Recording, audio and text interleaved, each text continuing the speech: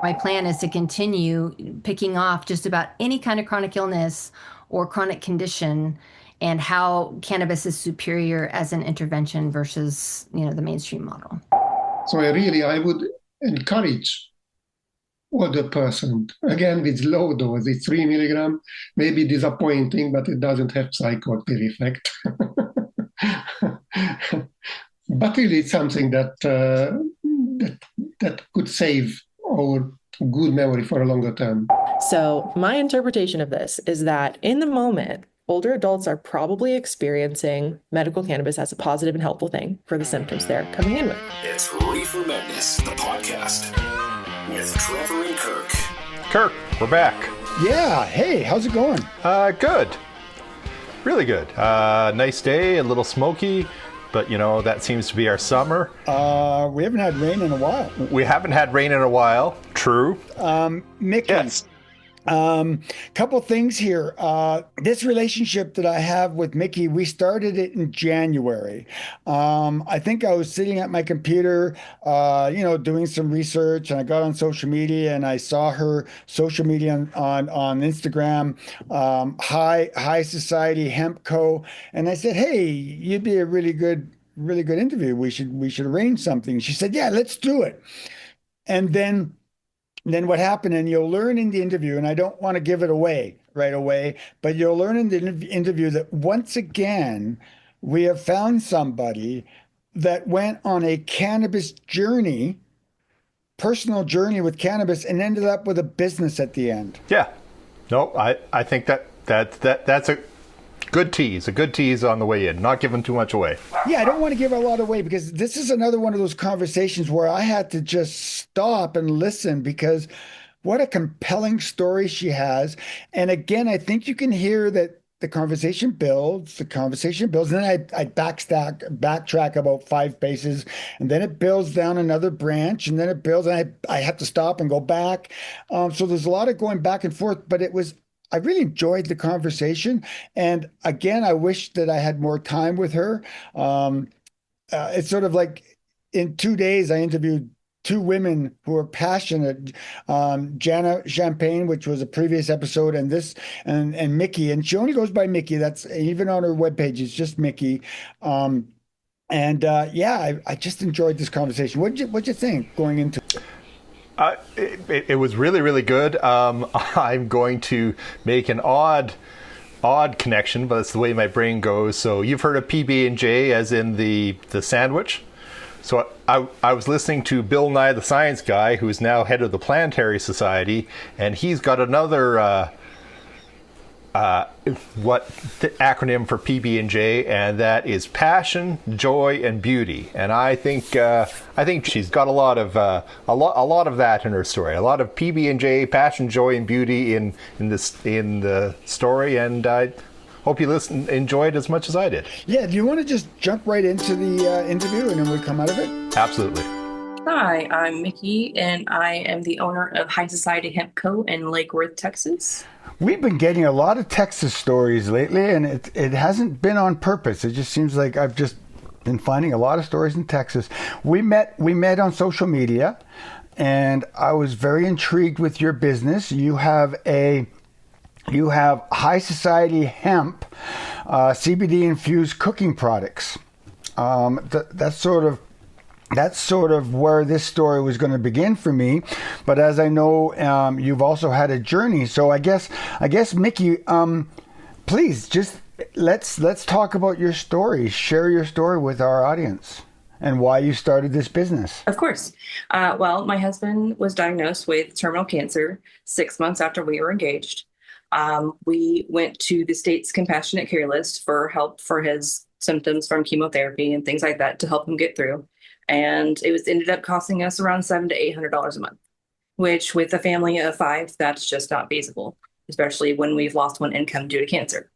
So I started looking around and trying to see if I could find solutions to the problem.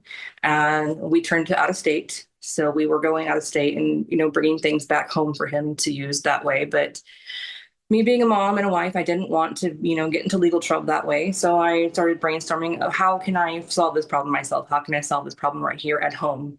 And I turned to the legal CBD business.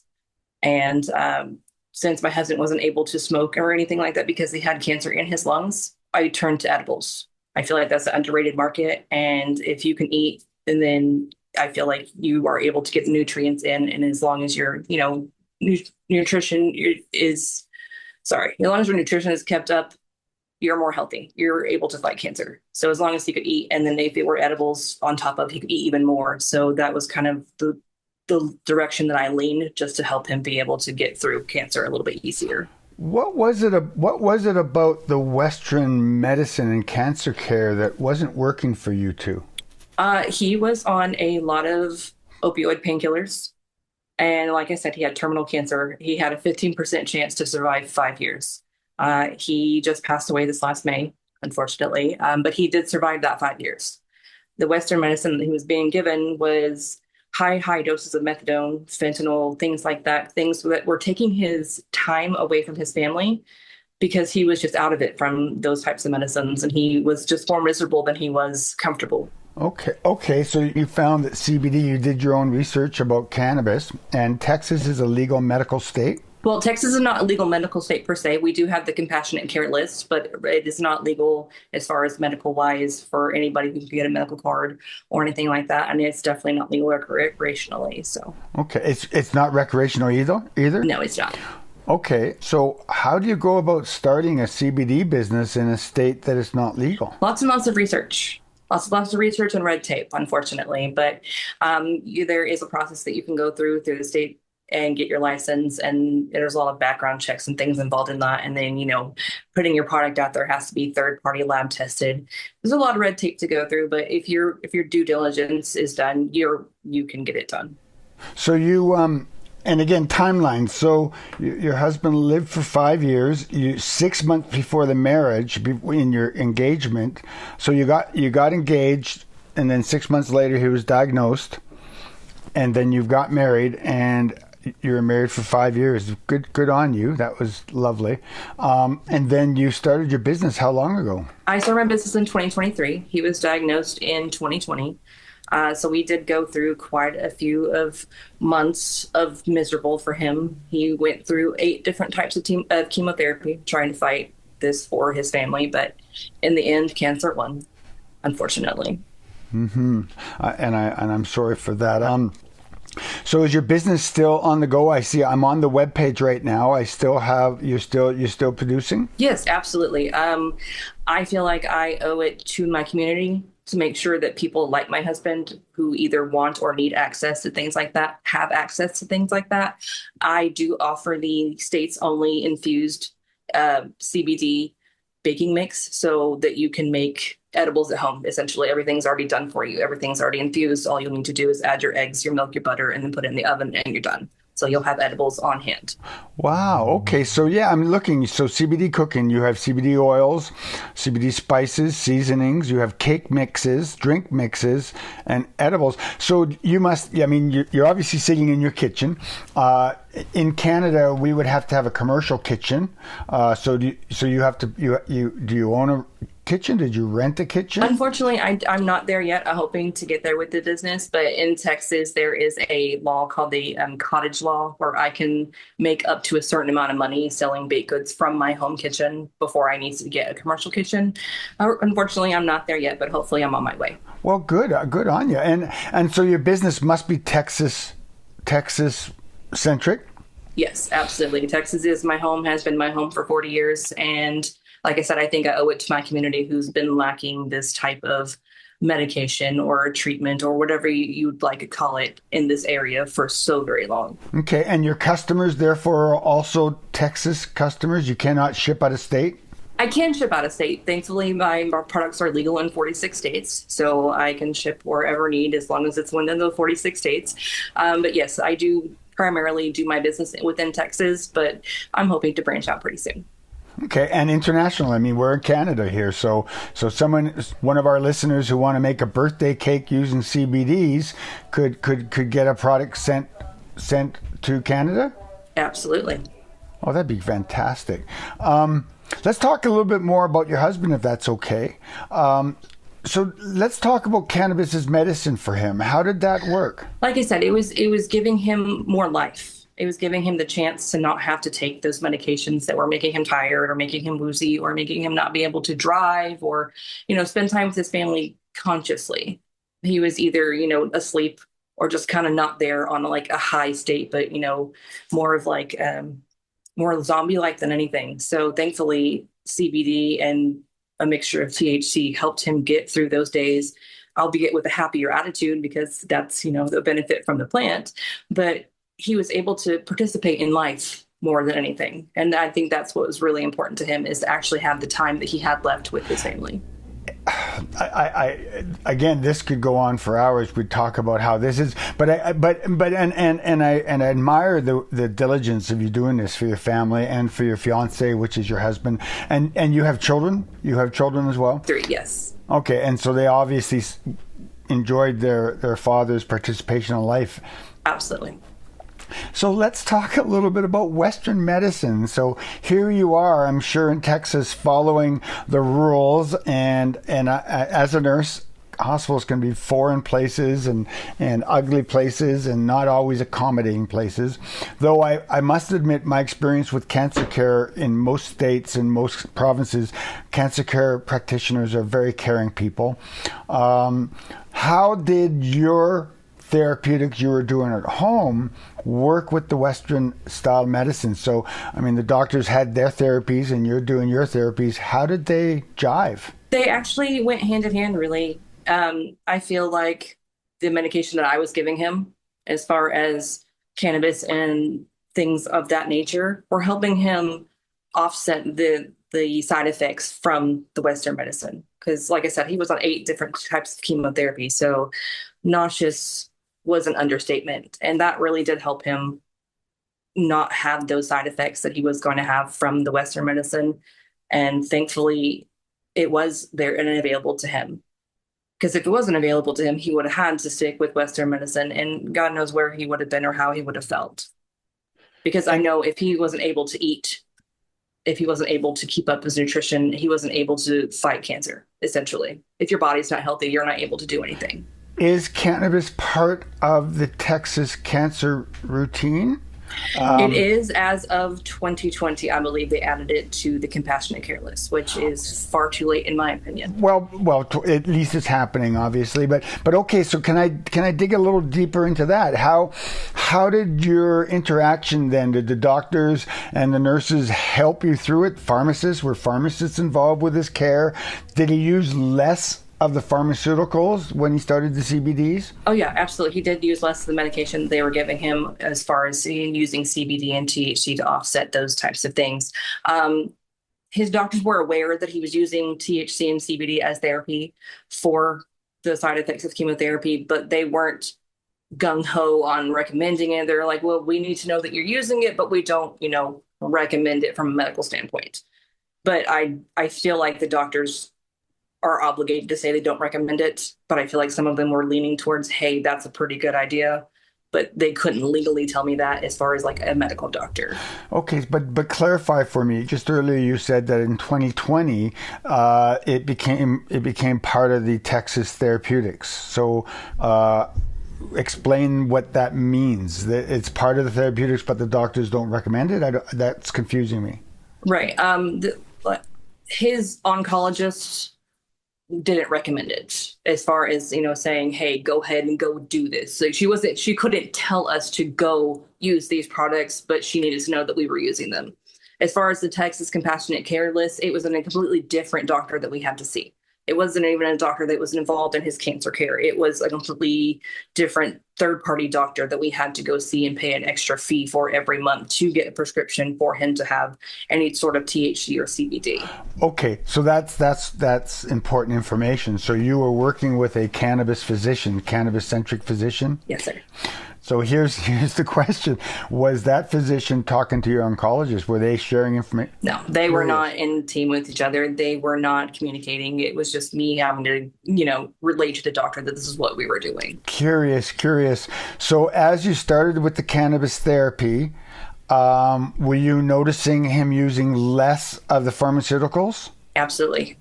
He didn't like to take medication as it was, and when he was in the thick of it, he was taking up to 32 pills a day. And that's a lot, especially when you don't like to take medication. Oh, So yeah, yeah. he was braver than he should have been. He took it with a grain of salt and tried as hard as he could to lean more towards CBD and THC, so he didn't have to rely on those other medications. And I did notice him pulling back on like the pain medication and things like that. The particular cancer that he had was very painful. It was in his chest wall. So every time he took a breath, it would hurt. So can you imagine, as many breaths as you take a day, everything hurts all the time. So once he did start CBD and THC, I could see that he was happier. He was more jovial. He liked to joke around with his friends and his family a lot more. I felt like in a mental state, he was in a better condition than he would have been on these other medications. So who were the prescribers of the pharmaceuticals? The oncologists? Yes. So as you're working with the cannabis doctor, and was it a doctor or herbalist? What's the title was doctor, so we were led to believe it was a doctor. Everything was done over the phone, so it wasn't actually in an in-person meeting or an in-person appointment with a doctor. Everything was over the phone. Interesting. And was he Texas doc, or was she? Supposedly, yes. Okay, so you don't even know the location. You just nope, no address, nothing, just a website and a doctor's name. Mm-hmm. Okay, so now I'm wondering, did you go to a parking lot to get a phone number, or how did you find the person? No, well, they had, I believe at the time, 3 dispensaries that were able to fill the prescriptions, and you had to drive either to Dallas or another hour away to meet up with the people who were bringing the prescriptions to a location, which was usually like well, there was one time it was a parking lot, but it's usually like an herbal store or something like that, where they would meet you in a general area and then fill your prescription there at a card table they had set up inside of the store. So it was very, very non-professional. Interesting. It was it was interesting, to say the least. Well, hence I'm talking to you. I find this fascinating.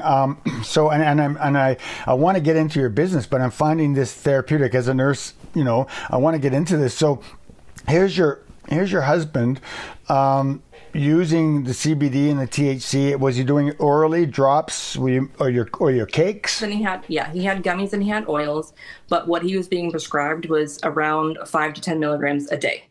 Okay. Which was not going to cut it, unfortunately.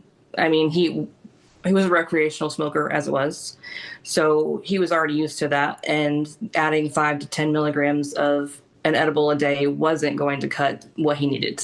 So that's, I guess, essentially what led me into this business, is that I could provide what he needed on a more therapeutic dose than what he was receiving. Okay. Was he also a tobacco smoker or asbestos miner? Any understanding where the cancer came from, or lifestyle? Yeah, unfortunately, his cancer came from his father. His dad was in the military, and he got cancer from his service time. And it's the cancer that my husband has, the germline cancer. So it came from his dad genetically, unfortunately. Okay. So that's how he ended up with it. Okay. Sorry, I just thought, because you said he was a consumer of cannabis, I wanted the audience to understand. Okay, so now going back to working with this online cannabis doctor, so what did the Western oncologists and the whole cancer program, because my understanding of cancer programs, you start belonging to a family, right? When you go into the cancer ward, it's sort of a family environment. Everyone knows everybody. So all of a sudden, your husband is now using cannabis, and they must see a change in him.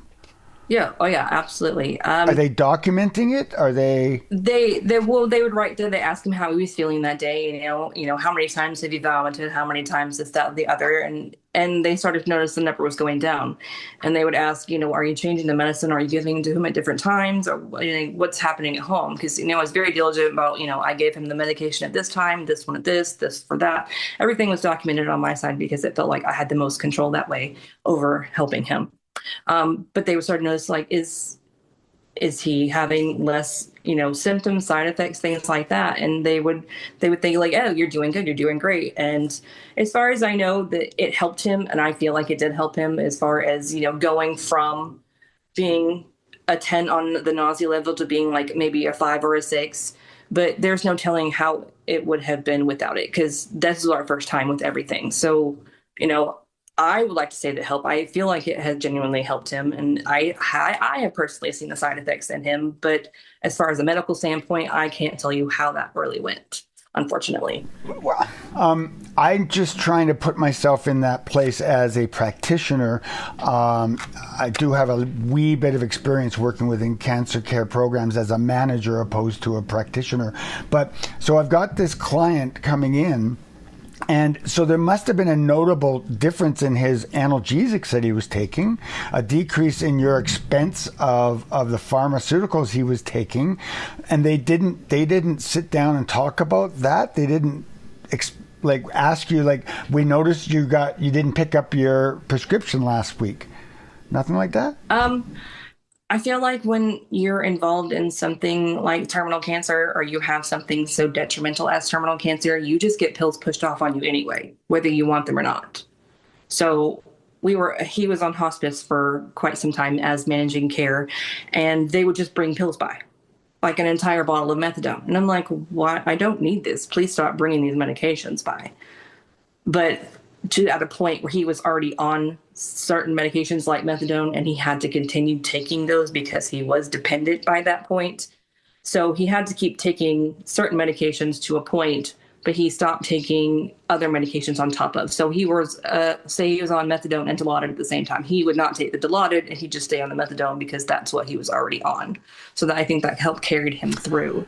Right. Okay. And did you work, so in hospice, was that in a facility or at home? At home.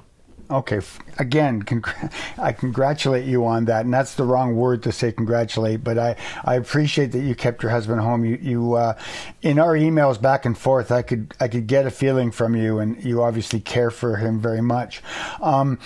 Did you work with other patients within the cancer department? Did you liaison with others that were using cannabis? I didn't. It was more, we went through the entire cancer journey here at home in Texas during COVID. So unfortunately, I wasn't allowed in a lot of appointments. I wasn't allowed to go to chemotherapy with him or sit with him and those types of things. So it was more of he was kind of on his own for a little while. Right. So I didn't really get to talk to a lot of the patients here in Texas. We did transfer to an out-of-state facility in 2023 when he was given 3 to 6 months to live. And then we went to a trial out of state, and that gave him another 2.5 years. So I wasn't able to talk to patients there just because of legal reasons and things like that. And a lot of the patients were underage in that facility. So I didn't want to overstep my bounds or anything like that. But anytime I talk to somebody out at the grocery store, or because I'm a very friendly person, I'll talk to anybody. I'll talk to the person standing in line in front of me, and, we'll get to know each other. So if they're going to tell me, I'm having this problem, and I'm going to suggest, have you tried cannabis? Have you tried CBD? Have you tried THC? My aunt even takes it for her knee replacement. I mean, I'll tell anybody who will listen the benefits of CBD and THC. But unfortunately, I wasn't able to share that with other cancer patients. Okay. So going back to the cannabis therapy, you were prescribed 10 milligrams a day. Did you receive the cannabis as flower, or did you receive the cannabis as oils or tinctures? How did you receive the cannabis? He had an oil and gummies.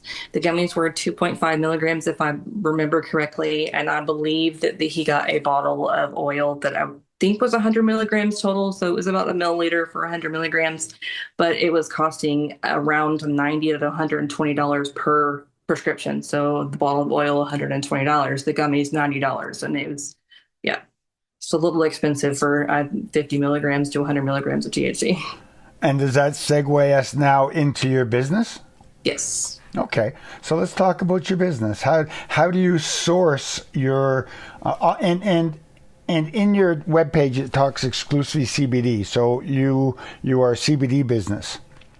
Right. I use full spectrum CBD and the hemp flower to use hemp derived THC. So everything is the CBD flower. Oh, and hemp derived, not so. Okay. So there's absolutely no THC in it. Okay, and we've there's THC in it. There it's hemp derived THC though, making that's the legal THC here in Texas. We're not allowed to use the one for marijuana, so it is all hemp derived and delta 9 THC and full spectrum CBD. Okay. We've interviewed, like I said, we've done a lot of Texas interviews, and we have an episode on a young Texas farmer, Texas A&M, who is growing hemp, and he's getting his PhD now in hemp. And if you go back on our episodes, you'll find those. So you're sourcing hemp flower, and so that's legal for you to do that? Yes. But you're no longer on the compassion list anymore, correct? So, but you're still allowed to source it? Yes, and since I'm licensed through the state of Texas and the Department of Health and Human Services, I am able to source flower that way. Okay, and so you're in your kitchen. It looks very tidy. So you bring in a pound of flour, and so tell me about tell me the process of how you make cake dough. Well, actually, it's a little bit more simple than that. I am actually using a water-soluble THC and full-spectrum CBD, so it's an isolate. It is a nano powder, so it is going to be 70% more bioavailable to your body, so it is going to absorb 70% more than a traditional edible. So I'm not using traditional methods. So everything is already, like I said, it's already infused for you. It's a water soluble powder, so it's not going to stink up your home, unfortunately, like the traditional methods. And you're going to barely taste it in your food, which is a bonus because a lot of edibles can be a little sour or not the greatest tasting, but you can't really taste it with a water soluble powder. So you're not processing the cannabis yourself. You're buying it already in a nano product. Yes, I'm working with a Texas company for my products. Yeah, and they must be intrigued by you. They must be working really close with you. I can't imagine there's too many of you out there. There's only 8,000 in Texas that are as far as retail. So I'm not really sure how many manufacturers there are. I know my license is number 975, so there can't be too many. Okay. All right, let's slip back to your husband. You're noticing he's whacked out on pharmaceuticals, and I completely appreciate that. I've seen it. So you decided to go with cannabis. So did you decide all of a sudden just start cooking your own cookies with a little bit of CBD and THC? You must have done a lot of your own research. Oh yeah, absolutely. I was using traditional methods with flour that was not legal in my state. So I was outsourcing that illegally. Unfortunately, I hate to admit that, but like I was telling you earlier, I didn't want to get in trouble. I've got 3 kids and a husband to take care of who has cancer. So who's going to take care of everybody if I'm in jail? So then I started doing my research about how can I solve this problem in my home? I have a problem at my back door. How do I get it to go away? So that's when I did all my research about how can I put something into food that he's going to be able to tolerate. Because like I said earlier, some edibles are just not that great tasting. I mean, to be honest, they do their job, but they're not that easy to stomach. And if you're already nauseous, why would I give you something that's going to make you more nauseous? So I was trying to figure out how to make it taste less like an edible and more like food. Okay. So you weren't able to source flour, and we're talking about the bud, the flower from the cannabis plant, not flour in your cake, right? Just because there can be a confusion. So could you not source cannabis flower through his medical license that he had? No, at the time was only oil or gummies. Okay. I'm not sure if it has changed since then because we were no longer on the list, but at the time it was only tinctures, oils, and gummies. So you had to, and I'm picturing, like we interviewed Ethan Zong from Survivor, and he was telling us that he's in New York City with cancer, and he's in a back alley buying his cannabis in a back alley. So you are basically in a back alley online buying online flour from another state, having it shipped to you. You got, an ounce of flour in your kitchen, and you're saying, what do I do with this? Right. Because being a teenager, I knew how to make edibles, even if they were not legal at the time. Okay, now you're giving yourself away. So, like I said, I was in my kitchen, had this beautiful plant in front of me, and what do I do with this at this time? I don't want my house to smell god awful for traditional methods, and I want my husband to be able to eat this.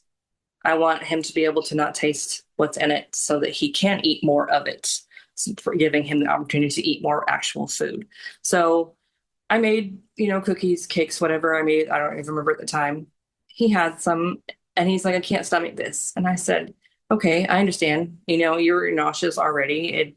isn't the greatest taste. So that's when I did my research about what can I do to make this better. And then I found a company online that had the nano powder.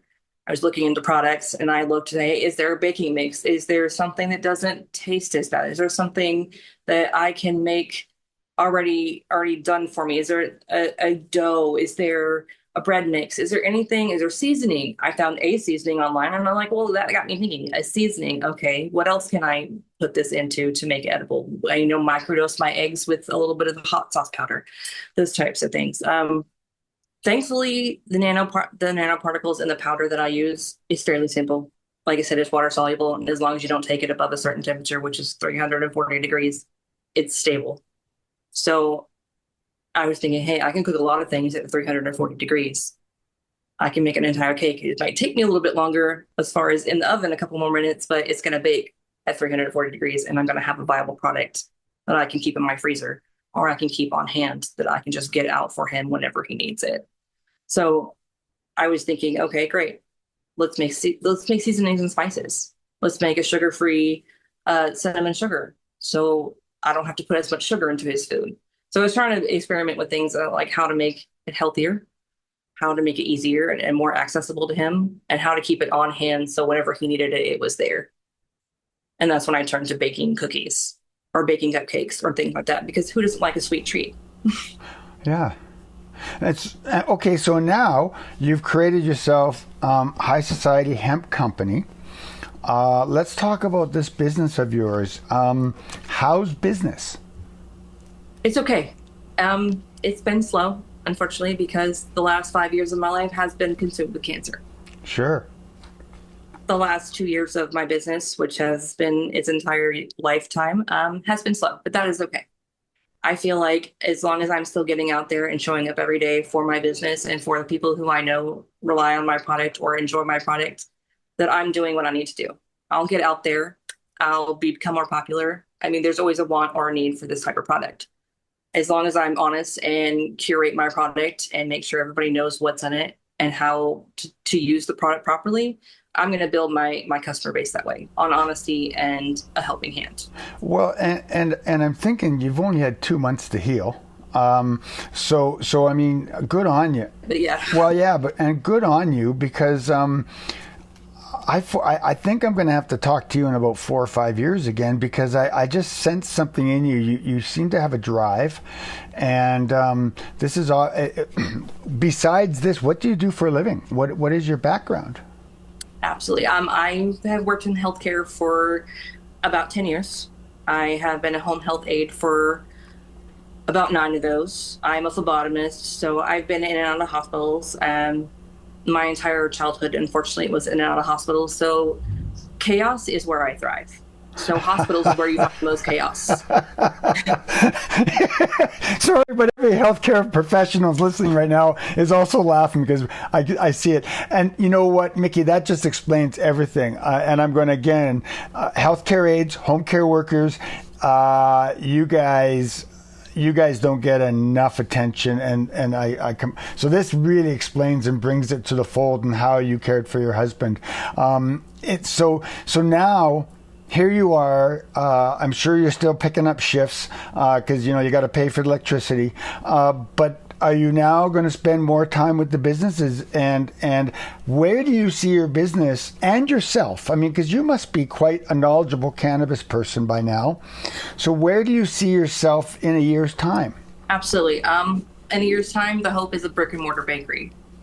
I am striving to open the state's only, and I'm hoping the nation's only, cannabis bakery that focuses only on baked goods. Wow. That is my goal. And will Texas, I'm sorry to interrupt, but will Texas allow that to happen? Yeah. As far as I am knowledgeable on the law that I've read, yes.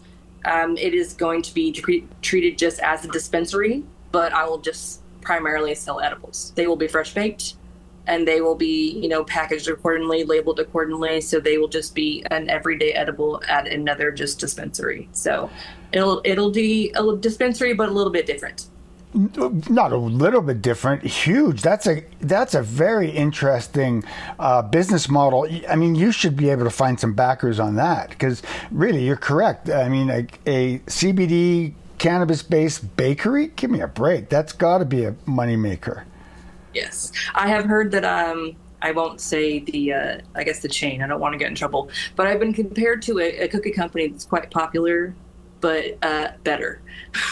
Well, I look at your webpage, and it's straight out of the 50s. I love it. It's and like I said, we started talking. Gosh, it must be 6, 7, 8 months ago when we started talking and interacting on Instagram there. But I love your webpage. I really do. And I love the feel of that 50s Americana, when America was great, I guess. But sorry, we're working on it. yeah, working on it. But that's fantastic. How about yourself, though? As a healthcare aide, we call healthcare aides up here, with experience, having worked with cannabis with your husband, do you see yourself being a cannabis consultant in the future? Do you see yourself being a cannabis coach in the future? Yes and no. Like I said, I want to focus on the bakery. On the bakery and the business, yeah. But absolutely, like I was saying earlier, education is key. I feel like that's the component that's missing. So far removed from an illegal state is the education, because I get a lot of questions when I'm out at markets selling, like, what is this legal? Like, how is this legal? And like I said, it's a missing component. Nobody knows what they're doing, what they're talking about, what they're buying. And unfortunately, that's the part that gets most people, is they buy a product out of a smoke shop and they have a bad experience. And so they're completely turned off from cannabis altogether. And they're like, well, I had this 1,000 milligram gummy from the grocery store. And it's like, for one, you shouldn't be eating that much to begin with. And if you ate the whole thing and nothing happened, you're buying a bad product. So I just want people to know that the products that I'm trying to offer are curated. They're going to be the same experience every time. They're the same thing every time. It's not going to be something that you just picked up off the shelf and you've had a bad time with. Yeah. Sorry, I'm wondering. Jets flying over. Oh, no worries. I can't hear it. I'm wondering about the cannabis doc. Have you stayed in touch with the cannabis doc that you were working with? No, like I said, it was more just over the phone, a website and a name. It wasn't a personal interaction. It was just another customer. Wow. Mickey, I'm so glad we had this chance. Is there anything I didn't ask you? Is there anything about your business, your husband? Is there anything that you want our listeners to understand? I think we've talked about everything that I could think of, but what I want listeners to understand is that education is key. Research what you're eating or taking and consuming, and make sure you know what you're getting. Don't just go buy something off the shelf. Ask questions. Always know what you're putting into your body, and know the benefits of the things that you're putting into your body. Well, I admire what you're doing. I love your backstory, and our experience, Trevor and I have been doing this for 7 years, and our experience has been, when we meet people like you, it all is a passion they have about cannabis because they've gone through the journey. And I can't help but think that you are so far ahead of the curve in Texas, that there are other people that you when you get time to network with and that will obviously support your business. I can't see it not happening, because I imagine Texas has a small group of cannabis-centric people that you could be networking with. Yes, absolutely. That is the goal, to get myself out there and to introduce myself to the important people, to open important doors for me. Well, I hope. Yeah, I'm coming through. I'm going to be there. I'm going to educate. I'm going to provide to my community in the way that I think that is appropriate, and the way I think that they deserve. Okay, so I'm going to do first sort of a throwback to one of our previous ones. So the stuff that she sells has nano-emulsion particles, which make them water soluble. So like you can just sort of crack the eggs into the cake mix, bake it, and you've got an infused cake. We talked a lot about nano-emulsions with Dr. Brent Guppy back in E154, Gimli Glider to nano-emulsions. Just if you wanted someone to talk a little bit more about the science of how that works, but that's on the business part of what she's doing, that sounds like a really convenient business. I like an easy baked cake as much as, if I could grab a box, add some eggs. In fact, I do sometimes make pancakes, quote unquote, from scratch. But, especially out at the lake, it's so much easier to buy a box of pancake mix, add some water and have pancakes, and I have to bring out, the flour and the baking soda and the eggs and then that, easy is good. So an easy bake cookie or cake or bagel or whatever that has cannabis in it already sounds like a great idea. Yeah, and her story, we'll have a link on our webpage, highsociety.hempco.com. Her story is compelling, and this is why I didn't want to get into it in the lead, is that her husband, Nicholas, actually lived longer than he was told he would. And he got involved with a study in Tennessee, and I think that prolonged his life a little bit more. But what I like about this story is how cannabis pretty much made her life with her husband and her husband's life with his family easier. And that's where this story for me as a nurse was really compelling. And as you can hear me, Trevor, going back and forth about, well, what was the Western medicine doing at this time? And what was Western medicine doing at this time? And how she had to go to a medical cannabis doctor online, deal with the Western oncologist during COVID. Yeah. During COVID stuck at go, oh, right. They've also got to do this when she literally can't go into her husband's oncology appointments because, this is lockdown. So, patients had to do a lot on their own without, the usual supporting family members there with them. And Texas being I'm not sure, I still quite understand it, but not really medically legal, not rec legal, but there seems to be a loophole through this compassionate care list that if you got this online script from a doc you've never met, and then you were even asking her, I think you were maybe even trying to make a joke, oh, so did you have to go pick this up in a parking lot? She said, no, of course not. Well, other than that one time, God, Jesus. Other than that one time when she actually basically had to pick it up in a parking lot. Yeah, and how many times does this happen in our interviews? Like Ethan Zong, I picture him being in a New York alleyway picking up his medical cannabis. Yeah, you're right. It was unclear to me. I was trying to probe and get a little bit more about Texas, but again, the story wasn't about Texas. But she created a CBD business in Texas. It's not medically legal or recreational legal. But then, we've also interviewed, Texas A&M and, growers. So they're growing hemp in Texas. So I think that's what made it legal. Marijuana is not legal, but hemp is. So, right. And to remind people, the definition of hemp versus marijuana is 0.3% THC, I think. Correct. You took my punchline. Correct. Yeah, that's exactly it. So she gets these nanoparticles and off she went. But again, I want to rant and I'm trying not to, but how can I have very little experience with cancer programs, except that I had an opportunity to, about 3 years, I was managing a cancer department, but by no means was I involved with day-to-day care of the patients. But I knew the nurses, I knew the doctors that were caring for their patients, and that's a caring community. Yeah. So I also found it interesting that because it was hemp derived, and I'm not saying she's right or wrong, I was just surprised that she can sell her products all across the US and in Canada.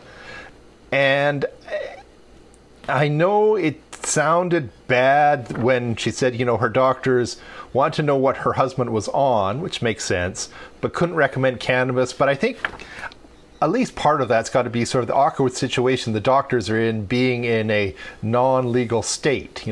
It's real tough for a doctor to ethically recommend something that's not legal to use in that state or is questionably legal.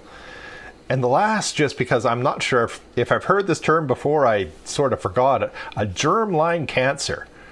So cancer you pass directly onto your kids, that's terrible. You've literally done nothing other than being born from this guy, and a little bit of is looking. So just it's not common. It's in it's 5-ish% of cancers out there are directly heritable. Most of the cancer, have some genetic component, but then some lifestyle component. But yeah, getting a cancer just from being born, or the strong predilection for one, sucks even worse more than regular cancer. Correct. Again, as I was saying, that I don't have a lot of experience caring for people, but I find it emotionally distressful as a nurse. I find it incredulous as a nurse that wouldn't you see, I mean, you must see this as a pharmacist, right?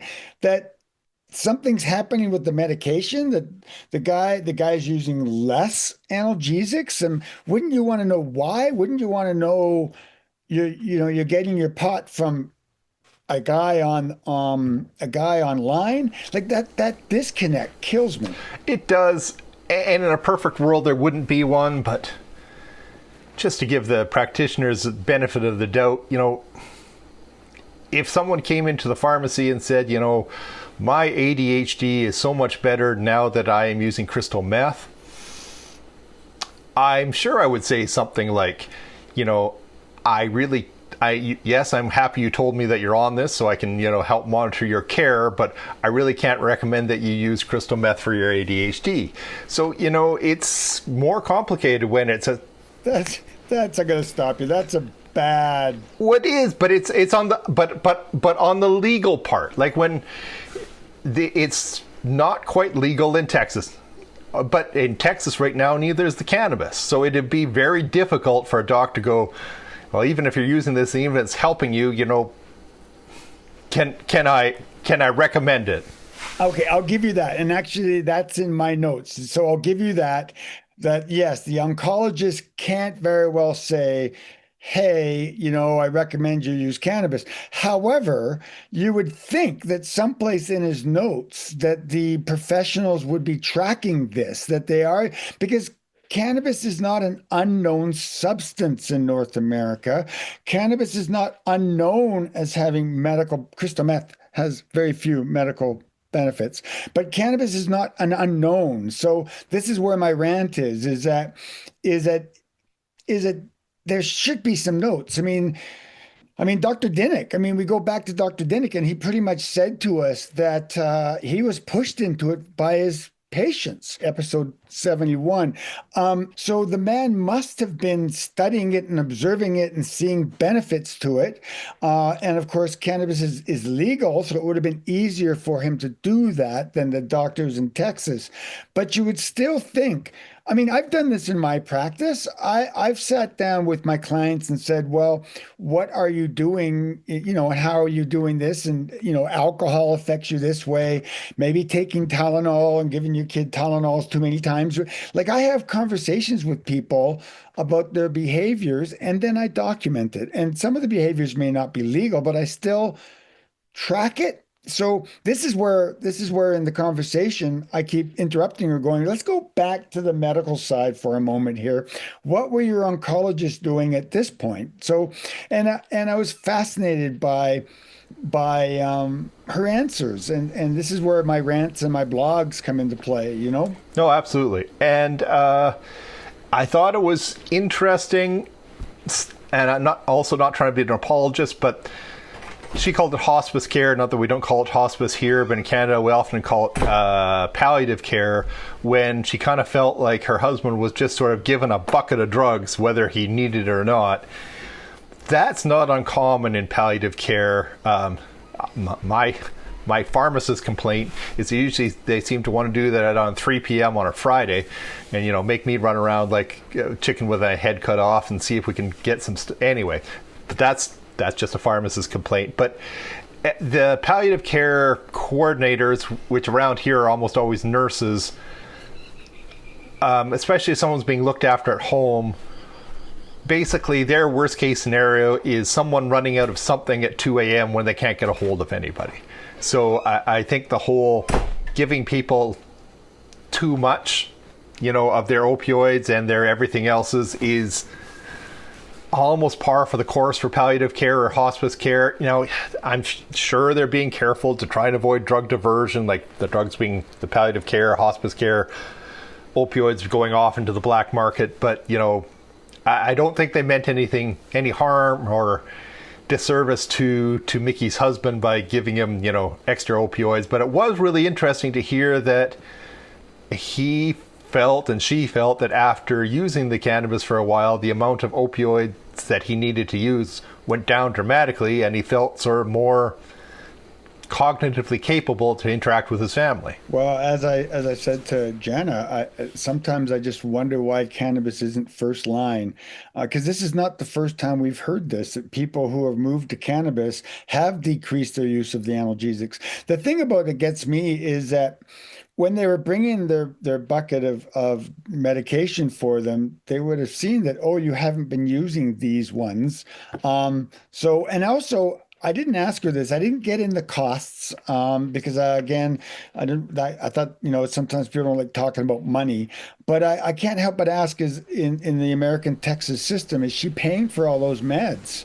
So then when they're dropping them... Yeah, one way or the other. Like, either she's got insurance but yes. Yeah, yes. Short answer, yes. Yeah, somebody's paying for them. So again, I get the way my brain works is that, gee whiz, rather than drop off this $250 bottle of analgesics,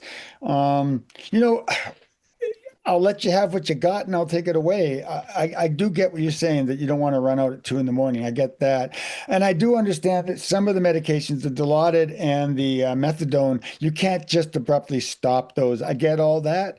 But again, another good cannabis story. And at the very end of the conversation, we learned that she's a healthcare aide, which again, just sort of sewed up her personality. Like I say, I met Mickey online on social media. We talked back and forth, but even through her words, I knew she was a sensitive soul. And again, I mean, it's just conversations. You can read people and stuff. And when I met her online here on the Zoom meeting, I sensed it. And as soon as she said she's a healthcare, oh, bingo, of course you are. Of course you are. There's no question that you're a healthcare aide, because I can see it in your personality. And the fact that she cared for her husband at home, I hope I have that kind of strength to do that. I admire people that do that. Yeah, and I don't know, just not really to play devil's advocate, but because I spent a goodly chunk of time in long-term care, I think, don't get me wrong, I think the patient may or may not be more comfortable at home, but I think there's a little bit too much. And if you can keep your loved one at home, more power to you. You're a retired nurse, you're a healthcare aide, you've got the financial wherewithal to do it. But I see people, especially in nursing homes, isn't exactly the same as palliative care, but I put them on the same spectrum. I also see people keep, grandma or wife or husband at home too long, because the problem, the amount of care that the patient gets might not change between home and the hospice bed or the nursing home, but it's so hard on the family. Like if you drop off your wife, husband, grandma, whoever at the care home or at the hospice, at least now you can go home and get a decent night's sleep. At least you can go, continue on with your job. Like the 24-hour care of a sick or dying relative is so taxing that I hope people don't think that and again, someone who worked in long-term care for 20-ish years, they aren't terrible places. Hospice and long-term care, yes, there are terrible stories, but the stories that don't make the news are, we have grandma who actually does better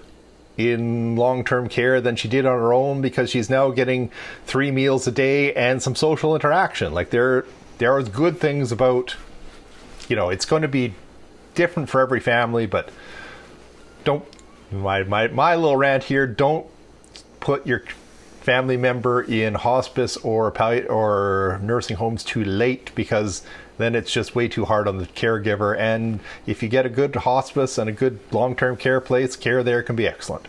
Yeah, I don't disagree with that. I've had recent family experience with both of these things, and yeah, as a nurse, I've seen both. I've seen both scenarios, and having somebody in a hospice care with 24-hour care, what other professionals, allows you to be family opposed to caregiver, because sometimes when you're caregiver, it can affect you being family as well. So, yeah, this is why when I was hearing Mickey's stories, like, wow, I just kept going, wow, wow, lady, I can't help but wonder now, her husband has passed like less than 2 months ago, that there just must be this whole deep sigh that went through her entire existence. I mean, yes, she's lost her companion, her life companion, but also that whole continuous 24-hour care. Like, that, I guess, and I said this to her as I was ending the conversation, I want to talk to her in 3-4 years from now. I want to keep track of her. She's sending me a cake mix, so when we make that cake, yeah, I heard that. I'll call you over and we'll see what it is. But I believe that if she puts that much energy that she did in caring for her spouse, she's going to be a hugely successful person. And again, like the last 2 episodes, Jana, the nurse who became the herbalist, who is now, world acclaimed cannabis practitioner, educator, and now Mickey, healthcare aide extraordinaire, who came up with a CBD business in Texas, of all places. Yes, we'll be following her career, because I can't help but think that if she puts that kind of energy into her career, she's going to soar. I 100% agree. All right, man. I'm Kirk Nyquist. I'm the registered nurse, and we're found at reefermed.ca.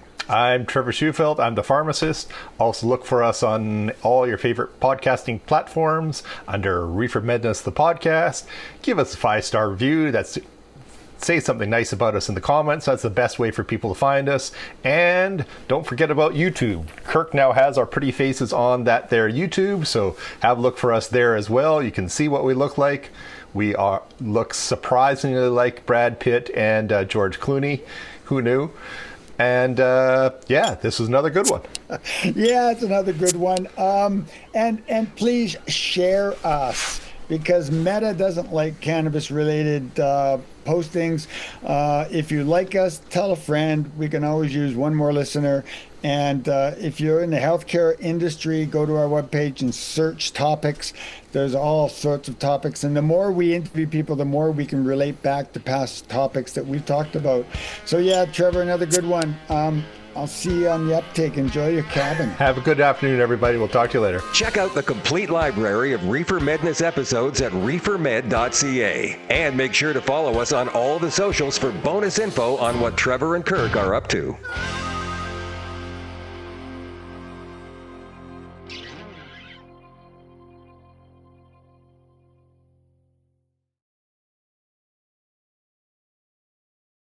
My grandchildren visited last week. We had them for 8 days, man.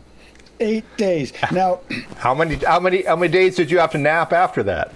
Well, yeah.